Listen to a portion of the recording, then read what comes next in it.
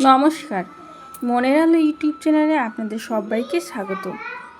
ছোটবেলা থেকে আমরা বড়দের মুখে একটি কথা শুনে আসছি, জন্ম, মৃত্যু এবং বিবাহ আগে থেকেই ঈশ্বর নির্ধারণ করে থাকেন।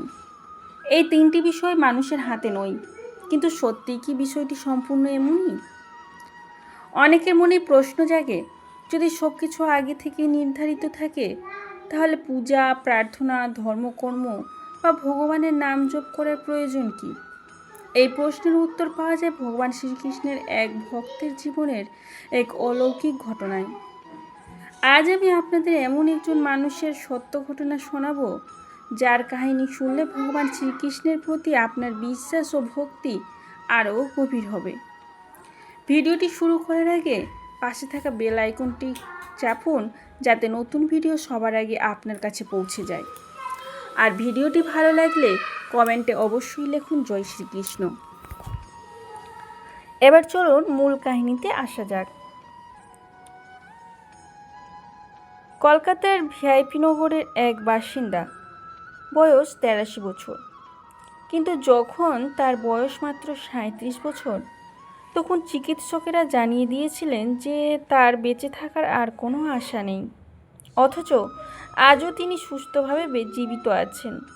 তার পরিবার বিশ্বাস করেন এটি শুধুমাত্র ভগবান শ্রীকৃষ্ণের অসীম কৃপায় সম্ভব হয়েছে। সুকান্তবাবুর জন্মের পর তার বাবা মা একজন বিখ্যাত জ্যোতিষীর কাছে তার জন্মকুণ্ডলী তৈরি করান। কুণ্ডলী থেকে জ্যোতিষী বলেন 34 থেকে 38 বছরের মধ্যে তার জীবনে প্রবল মৃত্যুযোগ রয়েছে, যা কাটিয়ে ওঠা প্রায় অসম্ভব। এই কথা শুনে তার বাবা মা ভীষণ ভয় পেয়ে যান, কিন্তু কখনো ছেলেকে বিষয়টি জানাননি। সুকান্তবাবুর বয়স যখন মাত্র 7 বছর, তখন তিনি বাবা মায়ের সঙ্গে প্রথমবার বৃন্দাবন যান। সেখানে এক সিদ্ধ সাধুর দর্শন লাভ করেন। সেই সাধু তাকে বলেন, মানুষের জন্ম বহু জন্মের সুকর্মের ফল।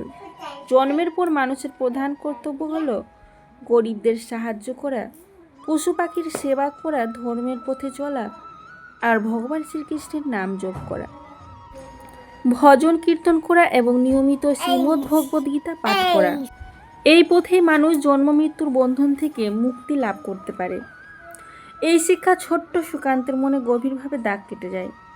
বৃন্দাবন থেকে ফিরে তিনি প্রতিদিন মায়ের সঙ্গে শ্রীকৃষ্ণের পুজো করতেন, গীতা শুনতেন এবং ভগবানের নাম জপ করতেন। বড় হওয়ার সঙ্গে সঙ্গে নিজেই গীতা পড়তে শুরু করেন। প্রতিদিন কৃষ্ণ ভজন গাইতেন এবং দরিদ্র মানুষকে আহার করানো তার অভ্যাসে পরিণত হয়। ছোটবেলা থেকেই তিনি অত্যন্ত মেধাবী ছিলেন। মাত্র 27 বছর বয়সে ভারতের প্রতিরক্ষা হিসাব বিভাগে চাকরি পান। তার বাবা মা মনে করেছিলেন এটি ভগবান শ্রীকৃষ্ণের আশীর্বাদের ফল। এত বড় সরকারি চাকরি পাওয়ার পরও তিনি অহংকারী হননি। প্রতিদিন সকালে স্নান করে পরিষ্কার কাপড় পরে মন্দিরে যেতেন, গীতা পাঠ করতেন, গরিবদের সাহায্য করতেন এবং তারপর অফিসে যেতেন। তার সহকর্মীরাও তার ভক্তি দেখে বিস্মিত হতেন। প্রতি বছর ছুটি নিয়ে তিনি বাবা মায়ের সঙ্গে বৃন্দাবনে যেতেন, সাধুদের সান্নিধ্যে থাকতেন এবং কৃষ্ণ কথা শুনতেন। 32 বছর বয়সে তিনি আরও বেশি নিয়মিতভাবে পূজা অর্চনা করতে শুরু করেন। কিছুদিন পর তার বিয়ে হয়। সৌভাগ্যবশত তার স্ত্রীও ছিলেন ভগবান শ্রীকৃষ্ণের একনিষ্ঠ ভক্ত। এইভাবেই জীবন চলছিল। কিন্তু একদিন গভীর রাতে হঠাৎ তার শরীর খুব খারাপ হয়ে যায়। অবস্থা দ্রুত অবনতি হতে থাকে। তখন তার বাবা মায়ের মনে পড়ে যায় বহু বছর আগে জ্যোতিষীর বলা সেই মৃত্যুযোগের কথা। তারা ভয় পেলেও কৃষ্ণ নাম জপ করতে শুরু করেন। ভগবানের নাম নেওয়ার সঙ্গে সঙ্গে তাদের মন শান্ত হয়ে যায়। দ্রুত অ্যাম্বুলেন্স ডেকে হাসপাতালে ভর্তি করা হয়। চিকিৎসার দায়িত্ব নেন। তারপর বড় পরীক্ষা নিরীক্ষার পর তিনি জানান হৃদযন্ত্রে গুরুতর সমস্যা রয়েছে এবং তাকে আইসিইউতে রাখতে হবে। মা প্রতিদিন দেখা করার সময় ছেলের সামনে দাঁড়িয়ে গীতার শ্লোক পাঠ করতেন। 7 দিন পর তার অবস্থা আরও খারাপ হয়। তাকে ভেন্টিলেশনে রাখা হয়। সব পরীক্ষা শেষে চিকিৎসক পরিবারকে জানিয়ে দেন চিকিৎসা বিজ্ঞানের দিক থেকে তার কিছু করার নেই।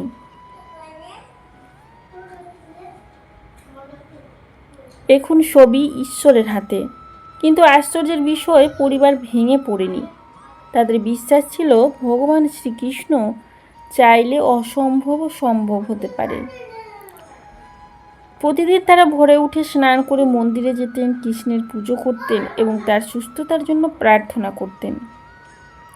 এরপর ঘটে এক অলৌকিক ঘটনা। টানা 2 দিন অচেতন থাকার পর স্বপ্নে দেখেন তিনি শুয়ে আছেন এবং ভগবান শ্রীকৃষ্ণ স্বয়ং তার মাথায় স্নেহ ভরে হাত বুলিয়ে দিচ্ছেন। কিছুক্ষণ পরে তার জ্ঞান ফিরে আসে। চিকিৎসকেরা বিস্মিত হয়ে যান, কারণ তার জ্ঞান ফেরার কোনো সম্ভাবনাই ছিল না। সব পরীক্ষা করে দেখা গেল তার শারীরিক অবস্থা আগের তুলনায় অনেক ভালো হয়ে গেছে।